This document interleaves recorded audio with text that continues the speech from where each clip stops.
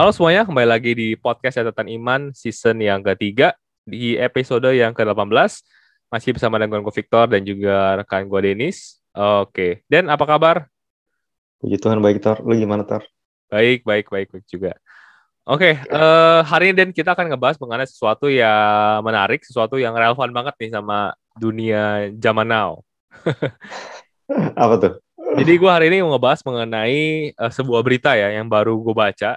So beritanya nggak baru-baru banget. Jadi berita ini gue baru tahu dan cukup mengagetkan sih. Karena berita ini berkata bahwa ternyata warga net ataupun juga netizen Indonesia itu dibilang adalah netizen yang paling tidak sopan se-Asia Tenggara. Jadi nanti gue masukin linknya, link beritanya di kolom deskripsi. Jadi buat teman-teman yang mau baca, silahkan baca. Jadi ini gue baca singkat aja ya dari namanya wartaekonomi.co.id. Jadi diberitakan bahwa katanya berdasarkan survei Digital Civility Index atau DCI 2020 dari yang dibuat oleh Microsoft. Jadi ini tuh baru terbit, dia berita surveinya itu di tahun 2021 Dan. Jadi di Februari baru terbit dan ada 32 negara yang dihitung. Salah satunya adalah Indonesia dan dibilang Indonesia itu memiliki poin terburuk di Asia Tenggara gitu. Jadi skalanya itu 0 sampai 100, 0 itu paling sopan, 100 itu paling kasar. Nah, Indonesia itu mendapatkan poin 76. Jadi gitu. Dibilangnya adalah ketiga hal yang paling cukup besar di Indonesia itu adalah pertama itu hoax, penipuan, kedua ujaran kebencian, ketiga adalah diskriminasi. Nah, dan seakan-akan ya, warga Indonesia tuh lucu deh, warga net Indonesia. Jadi seakan-akan ingin membuktikan bahwa riset ini benar. Jadi setelah si Microsoft ini ngeposting hasilnya di Instagram, akhirnya warga Indonesia tuh pada nyerbu Instagramnya dan komen negatif gitu. Jadi kayak lucu kan. Jadi seakan-akan ya? membuktikan gitu. Dan sampai akhirnya Microsoft harus menutup kolom komentarnya gitu. Jadi kayak it's proven gitu. Jadi bukti bahwa risetnya benar gitu. Nah, jadi ini menarik sih gue bahas karena kayak kita belum pernah bahas mengenai sebenarnya bagaimana sih sebenarnya kita etis ya mungkin kita nggak bisa mengubah seluruh orang Indonesia ya, tapi etis warga ataupun juga umat Kristen nih, gimana sih harusnya bersosial media yang baik gitu. Jadi hari ini gue mau ngebahas mengenai itu supaya harapannya tahun depan kita nggak jadi yang paling tidak sopan se Asia Tenggara lagi gitu. Oke, yang pertama nih Dan, buat lu mungkin lu boleh share gak pengalaman lu? Kira lu punya pengalaman gak? Pengalaman yang kurang mengenakan atau negatif dari bersosial media di Indonesia? Pernah juga sih. Dan itu juga sama lah, kurang lebih kayak orang YouTube yang paling banyak julid sih, paling banyak kasar banget. Dan itu juga paling banyak keras kepalanya, maksudnya kayak dia nggak mengajak untuk berdiskusi, tapi lebih ke maksudnya kayak dia cuma pengen menghina aja gitu. Jadi kayak apapun yang kita upload kadang ada aja gitu yang menghina, yang ngatain, begitu juga ada juga yang sok tahu gitu. Pada saat itu contohnya gue kayak ngomongin soal Nabi Nuh gitu ya, terus kemudian ada juga ngomongin soal makan daging, boleh makan daging atau enggak. Kemudian waktu itu langsung ada orang yang menghina gue. Lu nggak pernah baca Alkitab? Lu tau nggak di Alkitab itu ditulis bahwa kita itu harusnya makan vegetarian, makan semua. Jadi dia quote ayat daripada Kejadian 1 atau 2. Nah dari situ gue bilang, nah ketahuan nih, Bapak baru baca sampai Kejadian 2. Karena di Kejadian 6, Kejadian 7 dikatakan bahwa Tuhan ngomong lagi ke Nabi Nuh, ulang lagi kan, riset, dikatakan bahwa semua hewan pun itu boleh dimakan gitu. Gue kasih juga ayatnya. Kemudian dia hilang gitu aja. Ada juga orang-orang yang cuman komen untuk menghina gitu. Muter-muter ngomongnya, atau ini lama banget sih, atau misalnya kayak nggak bener nih atau apa gitu. Ada juga yang mungkin bilang sesat nih atau apa ya. Maksudnya kayak nggak ada argumen, nggak ada apa, cuman julid. Kayak maksudnya most likely ya intinya kurang lebih lah ya, sekasar itu lah, sekasar itu. Maksudnya kadang ya, kalau lu sendiri gimana tuh? Kayak lu paling banyak nih mendapatkan cercaan. Enggak lah, selain ya yang apa yang lu alami gue juga pernah alami sih. Tapi gue juga kadang suka kayak kalau ngelihat akun Instagram orang gitu ya, bukan gue, orang lain gue juga kadang suka lihat komen-komennya kan. Dan itu komen-komennya menyedihkan sih, kadang-kadang tuh jahat-jahat ya omongannya ya. Terus kadang-kadang tuh misalkan ada seseorang perilakunya salah, tapi yang dihina tuh bisa mukanya lah, bisa warna kulitnya lah. Jadi kayak itu tuh jahat-jahat sekali sih. Maksud gue udah di luar konteks gitu apa yang dihina gitu. Dan itu yang gue lihat di orang lain ya. Tapi kalau buat Iya, diri gue iya. sendiri sih juga sering banget yang ngalami lu bilang sih, kayak dibully lah istilahnya ya. Antikris. Ya. Iya, eh istilahnya apa ya? Kan kita berbeda pendapat, tapi kan bukan berarti harus tidak menghargai satu sama lain gitu kan. Kecuali Hmm. kalau gua di video misalkan menggunakan kata-kata yang nggak sopan, kata-kata kasar. Hmm. Ya Hmm. walaupun sebenarnya sebagai orang Kristen lu ya kita juga nggak boleh membalas orang sih dengan kata kasar ya. Tapi at least Hmm. kalau gue dihina juga ya oke lah ya, seimbang gitu kan. Hmm. Tapi kan kalau hanya berbeda argumen terus kita dihina-hina kan itu sebenarnya nggak Hmm. valid ya. Dan gue pernah mengalami tuh Hmm. kayak gue diserang gitu ya, bahkan sampai diserangnya ada sampai akun pribadi juga diserang gitu yang nggak related gitu Oh. kan. Bahkan tapi yang menariknya adalah orang-orang ini tuh berani buat berpendapat tapi mereka nggak berani buat menunjukkan dirinya gitu. Jadi Hmm. yang gue perhatikan biasa orang-orang seperti ini mereka menggunakan akun-akun anonim gitu, akun-akun yang bohong yang namanya tuh aneh-aneh gitu. Jadi Hmm. ya lucu aja gitu, maksud gue kalau kalau lu berani untuk berpendapat ya lu juga sebenarnya dong menunjukkan diri lu gitu. Tuh. Bahkan ada lebih lucu lagi waktu itu. Jadi ada orang yang dia mengkritisi video gue kan. Jadi video gue kayak Hmm. diambil terus dia bikin video lagi Wah. dia diskusi sama orang gitu kan mengenai ya mungkin kesalahan gue dan segala macam. Which is gue nggak Iya, masalah, iya. menurut gue valid aja. Tapi yang lucunya di video itu ya mereka zoom-zooman kayak gini Den. Tapi Hmm. mereka nggak berani nunjukin nama, nggak berani nunjukin muka. Menurut gue kenapa Hmm. gitu? Maksud gue kalau kalau memang gue yang salah, lu yang bener, kenapa lu nggak berani nunjukin muka atau at least nama lu siapa gitu? Jadi kayak Hmm. jadi kayak lucu kan. Jadi seakan-akan kan harusnya kan logika gue kalau yang salah yang takut kan. Tapi ini kenapa Hmm. yang berani yang takut gitu juga bingung ya. Tapi ya itulah menurut gue Iya. ulah-ulah netizen Indonesia ya. Nah, ini membawa gue ke pertanyaan kedua nih Dan. Jadi kita sebagai orang Kristen sebenarnya tentu ya pada zaman Alkitab itu nggak ada namanya sosial media ya. Nggak ada namanya Facebook, nggak ada Instagram. Tapi kayak ada gak sih menurut lo value-value dalam Alkitab yang bisa kita pakai sebagai pedoman kita tuh dalam sosial media gitu? Kalau menurut gue sih balik lagi ya, perintah Tuhan kan adalah mengasihi dan Tuhan itu adalah kasih ya. Kalau menurut gue kalau kita benar adalah orang Kristen maka kita memiliki kasih yang sempurna itu ada di dalam kita. Dan kita juga lihat di Filipi juga Paulus ngomong bahwa whatever things are pure, whatever things are good, whatever things are lovely and of good report, think of these things. Jadi ya kita artinya ya kita melakukan segala sesuatunya didasari karena kasih. Artinya ya kita mengasihi orang tersebut. Sekalipun kita mengkritisi pun harus dasarnya semuanya dengan kasih ya, karena iman hanya bekerja dengan kasih. Jadi apapun yang kita lakukan di dalam kehidupan ini, karena kita walk by faith kan, kita berjalan di dalam perjalanan iman, ya kita berjalan di dalam perjalanan kasih, kita nggak bisa lepas daripada kasih. Jadi kalau ngomong soal kasih, maka kita ngomong soal motivasi kita melakukan apa yang kita lakukan, dan juga bagaimana kita melakukan apa yang kita lakukan gitu. Nggak cuman motifnya, tapi bagaimana caranya. Karena kalau kita motifnya benar, caranya salah, orang itu juga nggak merasa dikasih kan. Jadi tidak ada yang dipermuliakan di sini. Tuhan nggak dipermuliakan juga. Jadi ya itu sih kalau menurut gue ya, kalau kita balik lagi ke Kristenan sama kayak background lo, do all things with kindness gitu. Lakukanlah segala sesuatu ya dengan kasih, dengan kebaikan, dengan tujuan yang pure, yang lovely, yang good report, dan juga dengan tujuan yang positif sih. Maksud gue tuh kalau memang kita lihat di zaman Alkitab pun sebenarnya udah banyak judgmental. Ini sebenarnya kan sifat judgmental julid ya, maksudnya judgmental itu udah banyak banget. Bahkan sampai di zaman Yesus ya, kalau kita ingat bahwa wanita yang ketangkap di adultery, maksudnya yang di perzinahan, itu kan dibawa langsung ditelan. Itu maksudnya posisinya dia nggak pakai baju dengan, maksudnya proper ya, karena dia ketangkap itu at the very act. Maksudnya benar-benar di saat dia lagi melakukan itu. Jadi itu pertama, yang pertanyaan adalah berarti dia nungguin gitu. Ini orang-orang jahatnya tuh dia nungguin. Ketika lu salah, nah ini saatnya, ini kan motifnya aja udah bukan untuk kebaikan orang itu. Motifnya adalah untuk hancuran orang itu dan untuk hancuran Yesus kan sebenarnya.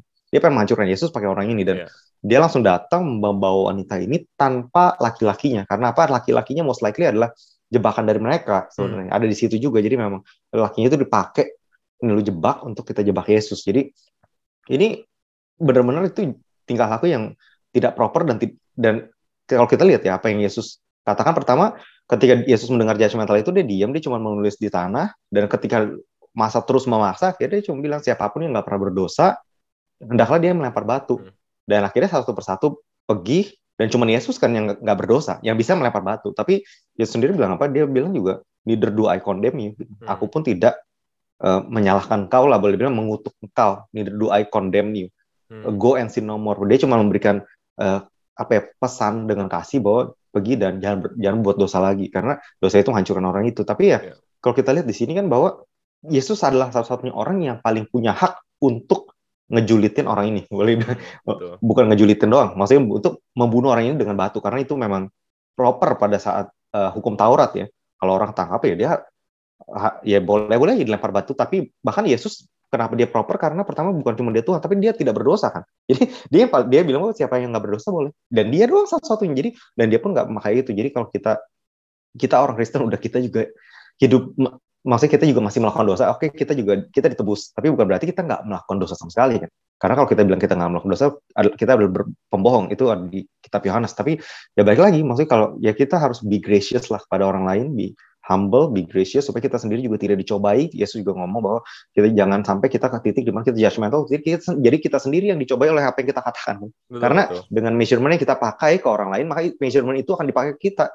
Jadi kalau kita menghina orang, dengan measurement itu juga kalau kita nggak bisa measure ke standar itu, maka kita akan jatuh gitu, fall from grace gitu. Jadi ya itu yang kalau menurut gue ya, kita dalam Kristenan motifnya semua balik lagi harus ke love, dan cara kita menyampaikan juga harus dengan kindness, dengan love, supaya make sure orang itu juga merasa bahwa kita nggak lagi condemn dia, karena condemnation itu dari iblis, dan make sure kalau kita nggak menjadi kaki tangan iblis di dunia ini sih. Itu aja kalau menurut gue sih. Kalau menurut lu gimana, Tar? Setuju sih, maksud gue kasih itu pasti jadi suatu yang core-nya ya, intinya ya. Betul. Tapi kalau mungkin gue bisa tambahkan, mungkin ada satu ayat sih yang menurut gue bikin bisa jadi satu value yang kita bisa pegang, adalah di 2 Korintus 5 ayat 20. Gue baca dalam terjemahan The Message. Jadi dikatakan bahwa we are Christ representative. God used us to persuade men and women to drop their difference and enter into God's work of making things right between them. Jadi kayak gue suka ini karena nih di sini dengan jelas dikatakan bahwa kita ini tuh perwakilan Tuhan gitu. Jadi kalau istilahnya tindakan kita, perbuatan kita, perkataan kita tuh mewakili Tuhan, merepresentasikan Yesus gitu. Jadi menurut gue, apalagi kita bersosial media ya, Dan, maksud gue itu kan di suatu media yang semua orang bisa lihat, Kristen ataupun juga non Kristen gitu. Jadi kayak kalau tindakan kita misalkan atau perkataan kita itu nggak sopan, kasar, otomatis orang-orang non Kristen akan melihat, oh itu Yesus juga begitu gitu. Nah, kita kan jadi misrepresent Yesus ya jadinya ya. Nah, menurut gue itu yang kita jadi perlu hati-hati banget. Tapi kita kan orang Kristen gitu ya. Dan kayak kalau gue kasih analogi, misalkan kita lagi jalan di luar atau di mall gitu ya. Kita ngeliat misalkan ada anak-anak yang masih kecil tapi ngomong kasar gitu. Misalnya udah ngomong A pip gitu, B pip gitu. Nah, kita pasti mikir, wah ini orang tuanya nggak bener nih. Masa? Pasti kita nggak akan nyalain anaknya, kita nyalain orang tuanya, pasti ngajarinnya nggak bener. Nah menurut gue apalagi kita gitu, kita semua disebut sebagai anak-anak Allah loh. Jadi kayak kalau kita tindakan kita begitu, pasti dia ngeliat wah Tuhannya nih pasti salah. Jadi kayak sedangkan kan kita nggak diajarin begitu di firman Tuhan kan. Jadi menurut gue penting banget untuk kita mengerti dan bersikap di sosial media bahwa kita ini anak-anak Allah gitu. Nah, pertanyaan berikutnya, Dian. Tadi sebenarnya lu udah sempat nyinggung dikit nih, Dian, bahwa kan kita mengerti bahwa sebenarnya kasih itu kan nggak selalu berupa apresiasi, nggak selalu berupa konfirmasi, tapi ada juga terkadang saat kita mengkritisi seseorang itu juga sama bentuk kasih kan. Makanya kan ya yang bilang tadi Yesus bilang pun juga ya go out and sin no more. Berarti kan Yesus pun tahu bahwa wanita itu berdosa gitu. Dia ya seakan-akan dia ngomong bahwa ya lu berdosa tapi jangan dosa lagi ya gitu. Tapi kan nah intinya adalah kalau berarti kan ya kalau ada ada orang salah ya kita juga teguran itu pun bisa dalam bentuk kasih. Nah masalahnya di sosial media kan kita ngelihat banyak sekali konten-konten yang we know for sure itu ngaco. Itu salah, itu sesat gitu kan. Dan mungkin ya untuk konten-konten seperti ini kita perlu kritisi gitu kan. Nah menurut lo bagaimana cara kita bisa mengkritisi dengan benar gitu? Kalau gue sih belajar dari banyak dari lu ya, Tor. Kalau ketika kadang jadi kalau lu kan waktu lu sistemnya adalah apologis ya. Apologis itu tuh sebenarnya bukan kita memberitahu apa yang benar, tapi seringkali kita menanyakan, maksudnya cuma menggali. kenapa orang ini percaya apa dia percaya, kemudian kenapa orang ini bisa ngaco, dan dari situ akhirnya kita bisa mempertanyakan hal-hal yang bisa membawa dia kepada ya akhirnya dia iya juga ya gitu. Maksudnya kita nggak perlu kayak ini loh yang benar atau apa. Itu salah satu cara. Kemudian juga kalau memang uh, kita juga mau mengkritisi dengan lebih mengasihi, bisa juga kita langsung kontak orangnya, bisa lewat, kan kalau di YouTube ada emailnya atau ada email pribadi, atau kita boleh cuma diskusi, ngobrol kayak awalnya kita boleh diskusi dikit nggak bro, atau misalnya di komentar juga nggak masalah sih kalau menurut gue. Cuman ya balik lagi, maksudnya kalau kita datang langsung, kita nggak, belum kita ngomong sopan apapun, belum kita langsung menyerang, ya berarti itu bukan dengan kasih ya, karena gue percaya bahwa kayak Tuhan Yesus juga bilang neither do I condemn you. Jadi yang pertama dia kasih adalah dia gracious dulu kan, dia memberikan grace-nya dulu gitu, sama kayak kita, dia memberikan kita keselamatan dulu di awal gitu. Dia mati dulu, dia kasih kita keselamatan, baru kita hidupin kan. Jadi kita harus tahu kita dari awal bukannya kayak orang Farisi yang lu selalu salah, tapi kita harus be gracious dulu kepada orang tersebut sejauh apa dia salah. Kalau memang karena gini loh, kita nggak akan pernah bisa membenarkan semua orang. Kemudian kita juga belum tentu benar. Iya kan? Kita juga belum tentu benar. Jadi lebih baik kita berdiskusi daripada kita membenarkan gitu. Kalau misalnya kita ngomong soal doktrin, karena kalau kita membenarkan berarti kita udah pasti benar. Ini harus ada apa ya, basisnya kalau kita mau membenarkan orang. Tapi kalau kita juga nggak punya basis, ya kita better berdiskusi. Kalau kita memang kita berpikir ini salah nih, tapi diskusi juga bisa ujungnya berdasarkan basis kok. Jadi ya kalau menurut gue sih ya itu sih. Dan balik lagi, kalau menurut gue adalah kalau kita memang mengasihi seseorang, ya sebelum apapun yang kita lakukan, terutama mengkritisi, yang akan kita lakukan pertama kali adalah kita mendoakan orang itu. Karena kalau kita bisa mengkritisi orang itu, maka kita lebih baik kita bisa mendoakan orang itu juga. Jadi kecuali kalau orang itu makin lama makin ngaco, ya barulah kita mungkin bisa ajak ketemu, ngobrol, ataupun bisa di email pribadi sih. Karena ada hal-hal yang gue percaya bahwa kalau kita lakukan nggak bisa dilakukan di publik lah. Maksudnya kayak terutama kalau keteguran, nggak ada orang yang senang ditegur di publik semengasihi apapun kita. Maksudnya iya nggak sih, kalau dulu di kantor, saya tuh maksudnya kayak contohnya bos lu bilang, saya tuh sebenarnya senang sama kamu, tapi kamu tuh kurang bagus sih. Nah, hilang nih, pujiannya hilang karena di depan banyak orang kan. Harusnya kan dipanggil berdua, kemudian di depan banyak orang ya mungkin lebih banyak encouragement daripada rebuke ya. Nah, tapi kan kalau dari YouTube ya, kalau menurut gue sebaik lagi sih lebih banyak lah kita menghabiskan waktu untuk mendoakan orang daripada mengkritisi orang. Dan kalau memang orang itu ngaco pun lakukanlah dengan kasih, dan kalau bisa private ya private, kalau memang nggak bisa ya udah. Tapi ada juga memang false teacher. Kalau false teacher ini beda. False teacher ini orang yang tahu dia salah dan dia sengaja menyalahkan. Nah, untuk orang-orang kayak gini, lu nggak bisa benerin. Salah satu-satunya cara adalah lu langsung komen di kolom komentar dengan basis doktrin yang lu tahu. Jadi kalau misalnya di Amerika kan ada progressive Christianity yang kayak waktu itu kita udah sempat bahas. Dia mengambil ayat Alkitab, dia transfer, maksudnya benar-benar ke sesuatu yang dia nggak bawa orang tuh totally wrong gitu. Jadi ini udah jelas-jelas dia tahu dia salah dan dia sengaja. Ini memang dia false teacher. Nah, kalau false teacher, ya lu nggak percuma lu berargumen sama dia karena dia tahu dia salah dan dia memilih untuk itu. Jadi salah satu cara adalah lu komen dengan basis langsung kasih penjelasan supaya hopefully ada 1-2 orang yang nonton itu yang lihat dan dia jadi tahu ini yang benar gitu. Kalau gue bilang sih itu. Jadi kita juga harus tahu kepada siapa kita ngomong, karena memang kalau wolf ya kita nggak bisa berdiskusi dengan mereka gitu. Betul. Itu sih kalau menurut lu gimana? Iya, gue setuju sih. Kalau gue sih mungkin kalau gue tambahkan adalah pertama sih menurut gue kita perlu pahami dulu sih, maksudnya perlu memahami dulu bahwa sebenarnya sosial media itu bukanlah media yang efektif untuk mengubah seseorang. Jadi susah untuk kita bisa berdebat dengan seseorang melalui sosial media, terus orang itu, oh saya merasa saya salah, saya sorry gitu, berubah itu susah sekali. Betul. Jadi menurut gue pertama itu, dan kedua adalah menurut gue orang lain itu kan di luar kontrol kita ya. Kita tuh nggak bisa mengubah orang lain kan. Jadi menurut gue itu yang perlu. Tapi kadang ada orang yang suka ngotot di sosial media itu karena mereka merasa bahwa ya lu harus berubah sesuai dengan gue gitu. Nah itu kan sebenarnya nggak bisa gitu kan. Kita perlu pahami dua hal itu dulu, dan yang ketiga adalah kita perlu pahami bahwa jangan sampai dalam prosesnya kita ngasih tahu dia benar gitu, mengkritisi dengan baik, kitanya juga jadi ikut berdosa gitu. Jadinya nggak fruitful juga kan gitu. Jadi menurut gue pertama sih menurut gue filternya itu adalah, walaupun ya ada konten-konten yang ngeselin, konten-konten yang kayak wah ini pantas dihina ini misalkan, tapi menurut gue filternya itu di kita dulu gitu.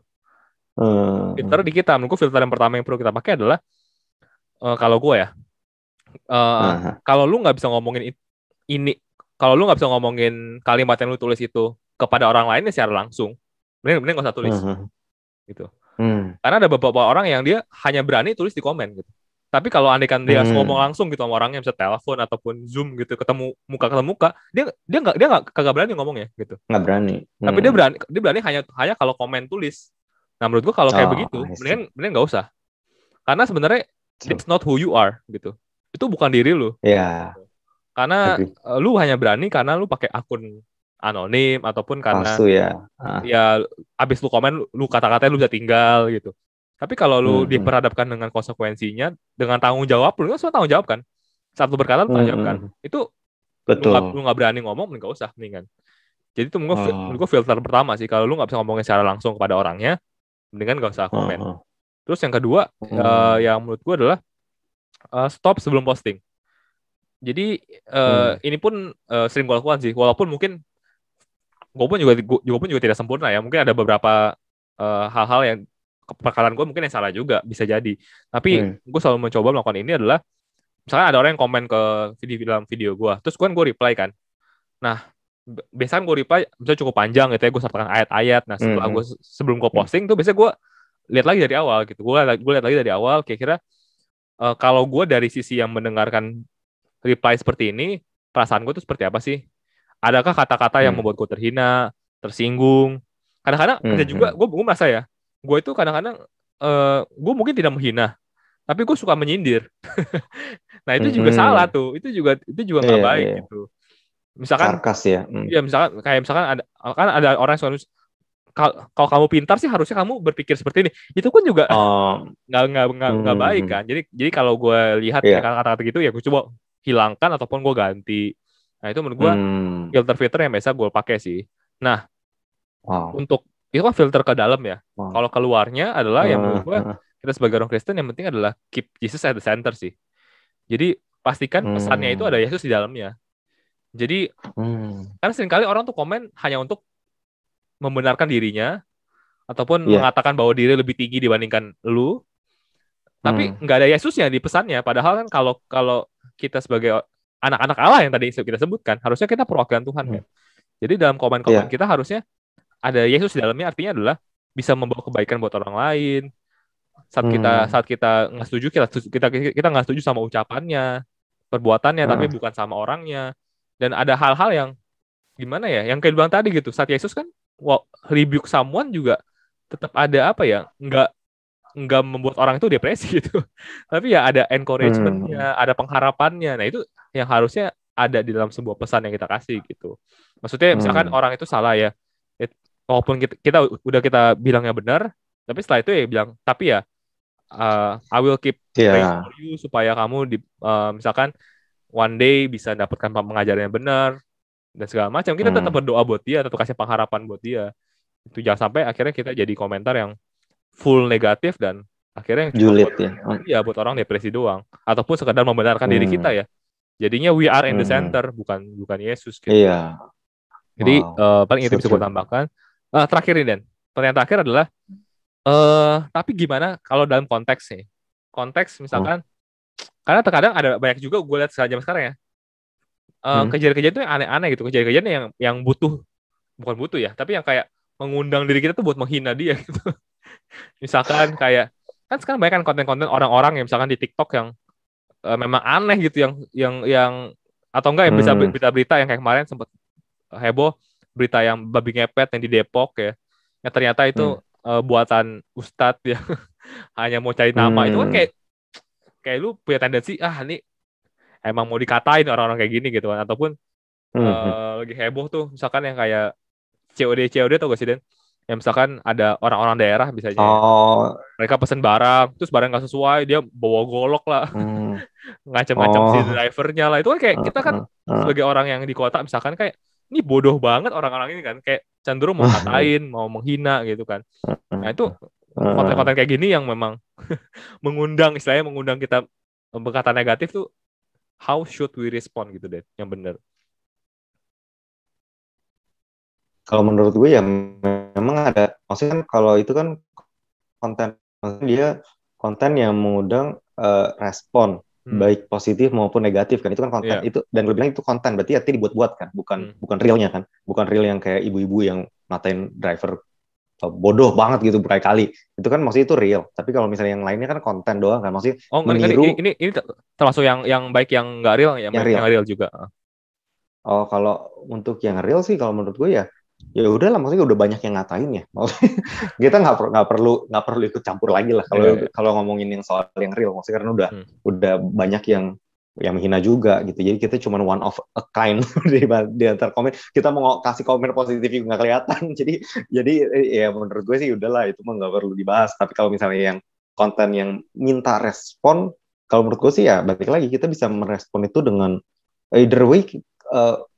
Kalau menurut gue sih daripada kita masalah gini, kalau misalnya kita mengikuti apa yang merespon sesuai dengan yang, karena ada konten yang memang dia berharap respon negatif gitu, terutama di TikTok ya. Di TikTok tuh seneng banget kalau misalnya orang biar tuh viral ya, nyolot atau gimana. Iya, masalahnya adalah dengan kita meresponi dia akan membuat konten lebih banyak kayak gitu lagi, dan ini nggak membawa perubahan ke dia. Bukan ke kita. Jadi ketika kita apapun kita lakukan, kayak contohnya kita mau nonton pornografi, mau nonton apa, ini masalahnya ketika kita nonton, dia akan dibuat lebih banyak, ngerti ya? Jadi kita menjadi bagian daripada lebih besarnya pornografi, bagian daripada lebih banyaknya konten-konten kayak gitu. Coba kalau kita ignore, kita mute, kita block gitu yang konten-konten yang maksudnya ke arah negatif, ya nggak akan ada lagi konten-konten kayak gitu kan sebenarnya. Jadi ya kalau menurutku ya it's better untuk kita not involved with it, karena kalau kita involved kita menjadi bagian, dan orang itu juga nggak akan, kecuali kalau gue agak bingung kalau itu jokes ya. Kalau itu jokes apakah boleh atau enggak? Kalau menurut gue sih tetap sebagai orang Kristen ya, gue berusaha di tengah nih. Gue nggak mau terlalu strict ya, maksudnya kalau terlalu strict juga kayaknya berarti kita nggak boleh nonton apapun nih, Netflix nggak boleh karena ada bagian-bagian yang dia ciuman, dia tidur bareng. Nah, tapi gue juga, maksudnya gimana ya? Gue perlu menanyakan ke lu sih. Kalau pendapat lu, karena kalau gue tuh berusaha untuk tetap in the middle ground, di mana maksudnya gue nggak akan terpengaruh gitu dengan hal-hal itu. Tapi gue juga, gue tahu sih, maksudnya kalau kita mau ikutin Kristen 100%, mungkin kayak ketika kita nggak boleh kita harus jaga banget omongan kita, dan apapun yang masuk ke otak kita kan, apapun yang kita lihat, kita dengar, itu sebisanya kita jaga, supaya karena kita harus jaga hati kita. Nah, tapi kan kita di dunia yang maksudnya tuh kayak konten-kontennya ya kayak begini gitu, maksudnya kan, dan kadang lucu juga ya, maksudnya yang kayak gini. Nah, tapi kalau menurut lu baiknya gimana tuh? Kalau kita sebagai seorang kekristenan, apa kita harus menghindari baik konten-konten yang mengandung unsur-unsur pornografi ataupun kata-kata kasar? Ini kan lebih ke cussing ya. Nah, kalau menurut sendiri, oke, kalau kita tahu Kristen nggak boleh cussing, oke, it's agree lah ya, it's agreeable. Nah, cuman gimana kalau kita consume konten tersebut, boleh nggak? Consume sih sebenarnya bagian sih, maksud gue kalau memang lu sebagai seorang Kristen udah punya value yang benar ya, lu tahu yang mana yang benar. Dan menurut gue sih kalau lu tahu yang mana yang benar, lu tahu sebenarnya apa yang lu butuhkan, apa lu nggak butuhkan. Jadi kalau memang sesuatu itu konten itu nggak lu butuhkan, contoh kalau jokes itu mungkin masih bisa buat entertainment lah ya. Tapi kalau misalkan jokes yang keterlaluan, jokes yang kotor, kan lu tahu sebenarnya nggak berguna kan? Karena lu tahu sebenarnya ada jokes lain yang bisa menghibur tanpa konten porno ataupun ini. Nah, menurut gue itu ya lu buang aja. Jadi menurut gue sih sebenarnya yang penting lu punya value yang kuat gitu. Makanya tadi kan kita ngebahas di pertanyaan nomor 2, value-nya apa gitu kan, biar bisa gampang gitu. Dan kalau menurut gue sih, gue setuju sama pendapat lu sih, Dan, bahwa menurut gue sih kalau sesuatu itu nggak menambahkan nilai buat lu ataupun orang lain, nggak usah komen. Gitu. Itu menurut gue udah paling gampang. Jadi ini juga berlaku misalkan kayak ada teman kita misalkan yang kasih misalkan konten-konten yang pornografi misalkan di WhatsApp gitu ya, atau di WhatsApp grup kan, bisa suka gitu kan cowok-cowok kan WhatsApp grup gitu. Nah, itu menurut gue ya cara paling baik adalah ya lu leave misalkan ya. Tapi kalau lu kagak bisa leave ataupun itu, nggak usah komen gitu, karena pasti kan aja. Lu gedek dong kalau lu jadi orang yang bagiin konten nih. Lu keluarin konten nggak ada yang respon. Kan lama-lama lu malas sendiri kan. Akhirnya ya lu akan cari grup lain ataupun juga teman lain. Nah, yang respon. Ya, paling gampang adalah kalau lu nggak setuju sama seseorang ataupun juga menurut lu itu nggak mendapat nilai, nggak usah komen gitu. Karena menurut gua nggak usah lu kayak lu ngomongin misalkan kayak ada gosip gitu ya, ada pelakor gitu misalkan ya, artis siapa, terus lu hina-hina dia di sosial media. Gua nggak perlu juga lah, karena itu nggak menambahkan nilai buat lu dan juga orang lain. Itu satu. Terus kedua adalah Betul. yang gue perhatikan ya, ini biasanya ya, nggak semuanya, tapi biasanya orang yang suka menjatuhkan orang lain di sosial media, biasanya dia itu nggak lebih tinggi dibandingkan orang yang dia mau jatuhkan biasanya. Jadi makanya biasanya kalau ada ini yang gue perhatikan ya, kalau ada artis gitu ya melaporkan akun-akun tertentu karena pencemaran nama baik, karena penghinaan gitu ya. Saat orang itu ditangkap, biasanya tuh kayak penjaga warnet, pembantu rumah tangga gitu ya. Maksudnya gue bukan merendahkan profesi mereka, tapi biasanya orang-orang ini nggak bisa mendapatkan apa yang artis itu dapatkan gitu. Jadi mereka akhirnya menjatuhkan orang lain gitu loh, karena mereka mungkin iri. Nah itu menurut gue, nah kita jangan jadi orang seperti itu. Makanya biasanya orang-orang yang biasanya merasa lebih tinggi dibandingkan itu, orang-orang yang ngaco atau orang ini, biasanya mereka nggak akan komen karena nggak ada kebutuhan buat mereka buat menjatuhkan orang tersebut gitu. Jadi menurut gue, mari kita belajar untuk nggak, karena gue setuju sama lu, ada beberapa konten yang justru bikin viral kan. Justru dengan kita komen, walaupun komen kita sebenarnya negatif, tapi mensupport dia sebenarnya biar viral. Support ya, terus. Jadi menurut gue kita harus lebih dewasa. Jadi menurut gue kalau ada hal-hal yang nggak memberikan nilai dalam kehidupan kita, yang nggak usah di komen lah, ngapain gitu kan. Oke, udah cukup panjang Den. Terakhir ada yang mau tambahin nggak Den mengenai sosial media ini? Oke, udah cukup lengkap sih Thor. Dan gue juga udah banyak repan bertobat juga nih sepanjang kita ngobrol. Karena lu tadi ngomong tuh bagus juga tuh, ada ayat yang kayak kita dalam the Christ representative ya, maksudnya lu ambil dari Roma ya, itu bener banget sih, itu kayak mengingatkan diri lagi ya, bener juga. Maksudnya kita bayangin ketika kita melakukan sesuatu, kita harus coba kalau kita pikirin lagi gitu, what will Jesus do gitu. Kalau dulu kan ada gelangnya tuh, WWJD, what will Jesus, apa yang akan Yesus lakukan, dan itu mungkin itu bagus banget untuk kita terapkan sih. Maksudnya apakah Yesus akan melakukan yang kita lakukan nggak sih? Kalau kita kasih orang gitu, maksudnya kita menghina orang, kan Yesus nggak mungkin ngelakuin itu kan. Maksudnya ya itu sih, maksudnya itu bener banget, dan gue juga mendapatkan rema dari lu. Jadi udah cukup lengkap lah kalau menurut gue gitu. Kalau lu tuh ada yang lu pengen tambahin? Satu hal singkat adalah mungkin kalau dalam sosial media ya, mungkin yang bisa lama adalah jangan mudah dipengaruhi. Karena terkadang kan sosial media kan identik dengan kita follow seorang, bisa akun-akun orang yang kita sukai atau kita idolai.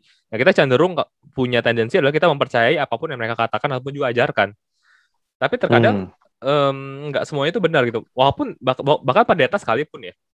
Kan ada orang yang suka, saya idola pendeta ini. Jadi apapun yang pendeta dikatakan pasti benar. Belum tentu juga gitu. Jadi kayak gue ambil contoh kayak gue adalah termasuk orang yang pro Jokowi gitu. Gue orang yang memilih Jokowi di pemilu. Dan gue pun ada di YouTube ya, gue follow akun Bazarnya Jokowi gitu. Jadi akun Bazar ini kayak dia selalu setiap hari bikin video. Kayaknya hampir semua kebijakan Jokowi itu pasti bener deh. Jadi kayak semua orang yang melawan Jokowi itu pasti dibikin video itu salah lah ataupun tapi walaupun gue orang pro Jokowi, tapi gue tetap merasa bahwa ada kebijakan Jokowi yang memang salah gitu loh, yang memang harus salah dan dikritisi, nggak perlu dibener-benerin gitu. Nah jadi tapi jadi walaupun gue follow akun itu, gue tahu gitu ini akun ini ngaco juga kadang-kadang. Nah ya menurut gue makanya kita penting banget sebagai orang Kristen, kita juga punya value-value dari firman Tuhan gitu. Jadi mau kita follow akun siapapun yang kita idolai di sosial media, kalau mereka salah kita tahu salah gitu. Jangan gampang dipengaruhi gitu. Karena kayak di Amerika tuh gampang tuh, misal ada orang suka Rihanna, terus Rihanna one day ngevote ataupun juga setuju sama aborsi misalkan, terus fansnya pada setuju gitu. Karena menurut dia ya, Rihanna pasti nggak mungkin salah atau apapun itu lah. Jadi kayak this is wrong gitu. Maksud gue ya lu harus punya stand juga di sosial media, nggak boleh cuma uang gitu sih. Betul, agree.